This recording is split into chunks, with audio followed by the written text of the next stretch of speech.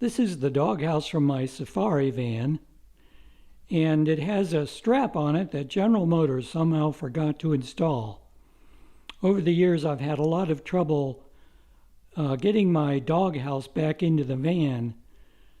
It doesn't seem to want to go in where the two bolts along the top will. You can get them so that they screw in. So I made this strap that I installed on the top.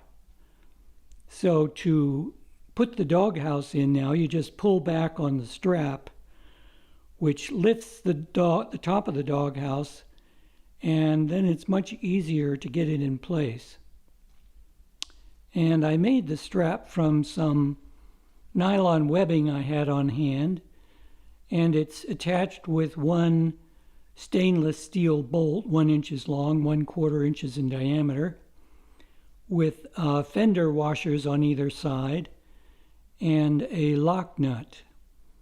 And to make sure that it won't come undone, I also use some thread locker on the threads.